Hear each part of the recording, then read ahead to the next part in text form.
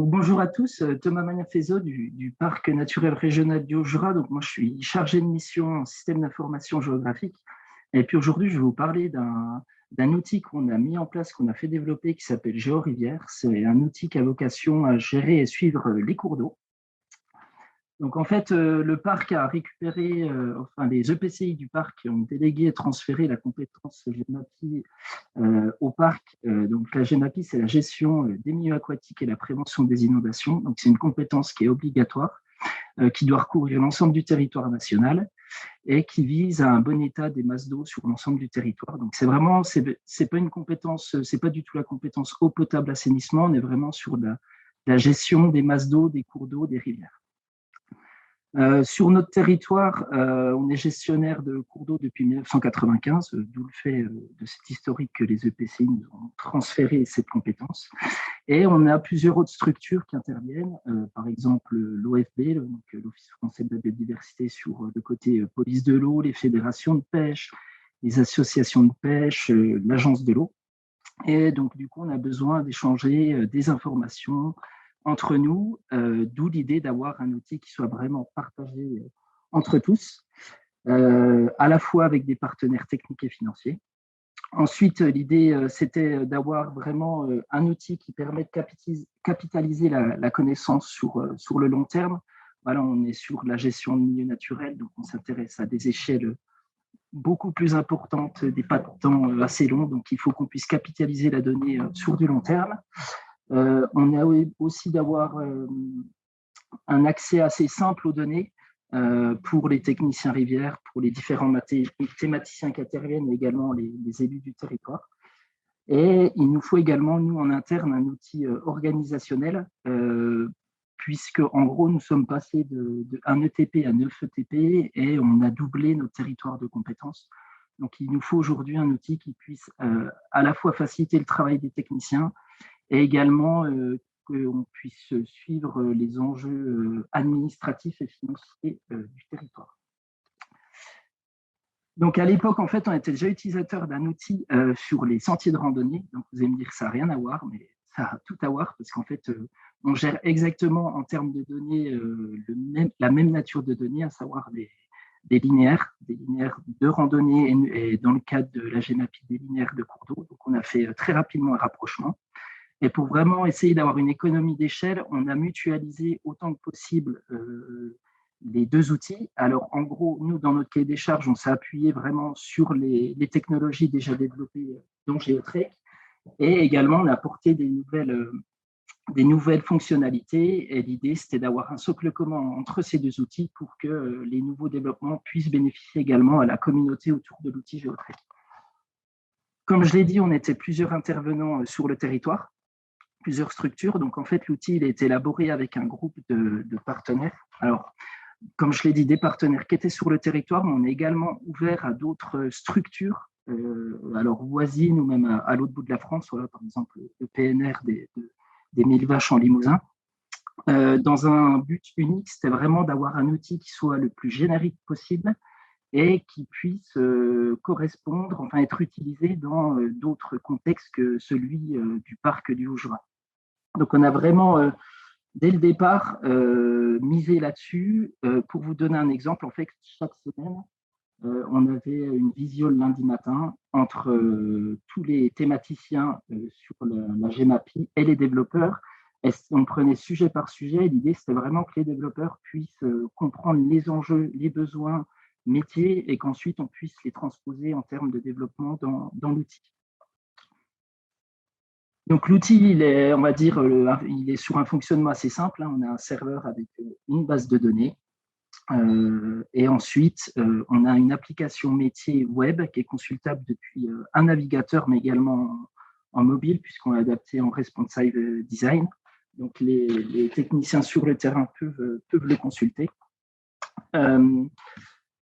Donc, en fait, dans cette première version de l'outil, on a voulu centrer vraiment sur les développements, sur des fonctionnalités qui étaient vraiment prioritaires pour les techniciens, dans l'optique d'avoir une première version avec un outil simple et fonctionnel.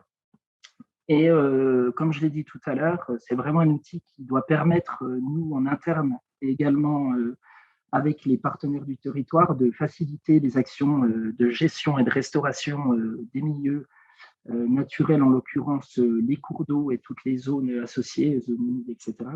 Dans l'optique voilà, d'optimiser les actes de gestion, de restauration, pour vraiment avoir une meilleure résilience de ces milieux naturels. Parce qu'on a beau être en territoire de montagne, le réchauffement climatique aujourd'hui impacte nos masses d'eau. Là, on est déjà sur des problématiques de quantité d'eau, alors qu'on est quand même un territoire avec de la neige, avec de fortes précipitations.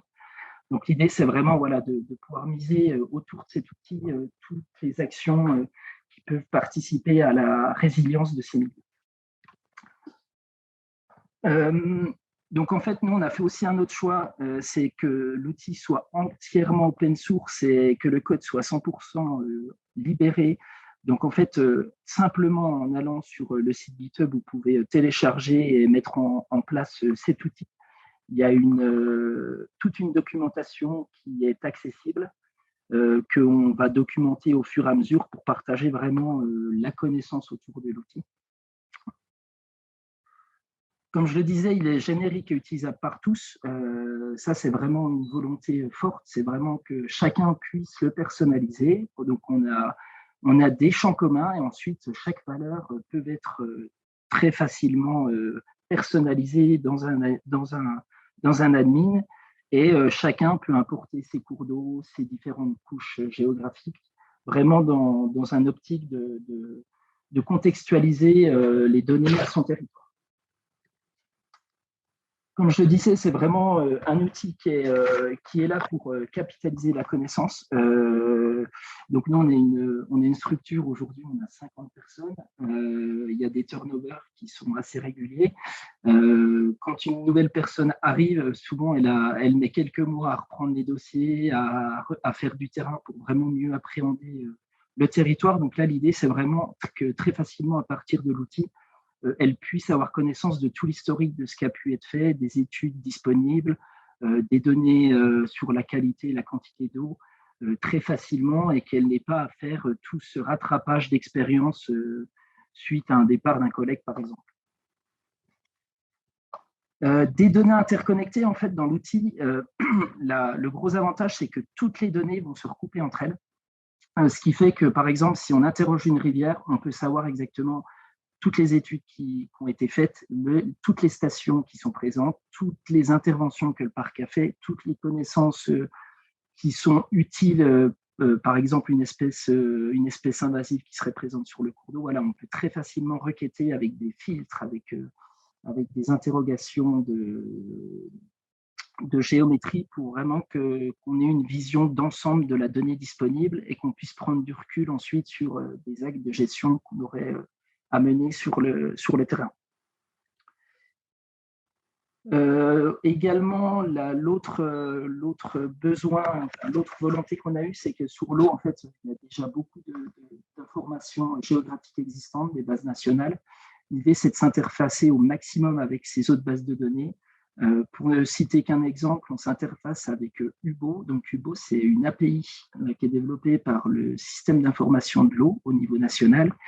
Et à partir de cette API, nous, on arrive à remonter l'ensemble des stations sur la qualité et la quantité d'eau sur le territoire très facilement. Aujourd'hui, voilà, on a une vision exhaustive de toutes les stations. Ça représente à peu près quasi 2000 stations sur le territoire. C'était des données qu'on n'avait pas jusqu'à maintenant. Donc, voilà. L'idée, c'est à terme de s'interfacer avec tous les bases de données possibles. Et ensuite, pour terminer, on a une volonté de pouvoir élargir cet outil qui est pour l'instant vraiment une entrée métier, de l'élargir au grand public avec un projet de participation citoyenne. Alors, on a répondu à un appel d'offres auprès de l'Agence de l'eau. L'idée, c'est de co-construire cet outil avec le grand public, qu'une personne, par exemple un pêcheur, voit une pollution sur le terrain, qui puisse aller le renseigner dans un site grand public, donc on appellera GeoRivière public. Une fois qu'il a fait ce signalement, ça remonte à l'outil métier, donc ça donne une information au technicien qu'il y a une pollution qui a été vue sur le terrain, et ensuite le technicien peut intervenir directement sur le terrain. L'idée, c'est même d'aller plus loin, c'est de proposer parfois au grand public de venir faire des interventions avec nous pour vraiment qu'ils puissent s'approprier la gestion des milieux aquatiques et se dire qu'on est quand même malgré tout dans des territoires, malgré tout ce qu'on peut penser, qui sont fragiles en termes de qualité et de quantité d'eau. Voilà, je vous remercie de votre écoute et je suis à votre disposition pour vos questions. Parfait, on a dépassé de 3 secondes, mais c'est bon, tout va bien. Merci pour cette présentation. Vous êtes le premier de l'après-midi, donc bravo pour cette introduction. Je vous propose qu'on passe maintenant au temps d'échange et pour ça, je vous demanderai juste de couper le partage d'écran, s'il vous plaît. Oui. Ça sera plus convivial pour que tout le monde puisse se voir.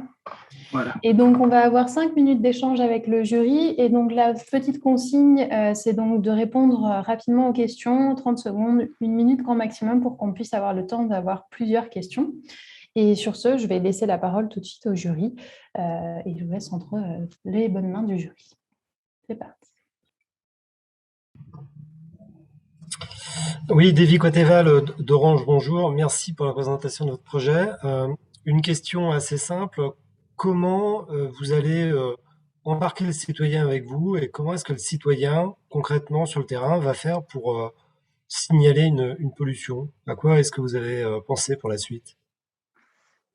Oui, alors déjà, juste pour commencer, en fait, on est souvent, enfin, le grand public, de manière simple, nous fait déjà remonter pas mal de données par mail, donc c'est vraiment une volonté du territoire, pour le coup, de pouvoir intervenir pour nous faire remonter de la donnée. L'idée, c'est d'avoir une plateforme grand public web où très facilement le citoyen peut aura une vision de l'ensemble du bassin versant et des enjeux liés à l'eau, et qui puisse très facilement aller cliquer à un endroit, choisir dans les signalements une nature de signalement, voilà, est-ce que c'est une espèce invasive, une pollution, une embâcle.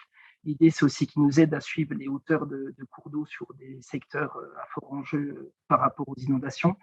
Et en fait, une fois qu'il a validé son signalement, ça va remonter directement dans l'outil GeoRivière Admin, dans un module spécifique. En fait, c'est déjà un fonctionnement qui est déjà existant par rapport à l'outil GeoTrek. Donc, l'idée, c'est vraiment de copier cette façon-là, sachant que l'idée, c'est de co-construire vraiment la plateforme grand public avec des réunions auprès du grand public. Donc, on a visé une réunion par communauté de communes. Et l'idée, c'est vraiment d'avoir un échange avec eux sur les fonctionnalités qu'ils aimeraient dans l'outil. D'accord, pas d'utilisation de smartphone, c'est après coup, je rentre chez moi et je me connecte sur le web et je... Alors, ce ne sera pas une application, par contre, on va essayer de partir sur un site qui soit également en PWA pour qu'il y ait une application qui puisse s'embarquer. Donc, si l'idée, c'est quand même bien de faire ça. Et de toute façon, on sera sur une approche mobile first pour vraiment, on sait que maintenant, il y a 80 à 90% des gens qui vont sur Internet avec leur mobile. Donc, on va privilégier cette approche mobile, quoi qu'il arrive. Merci.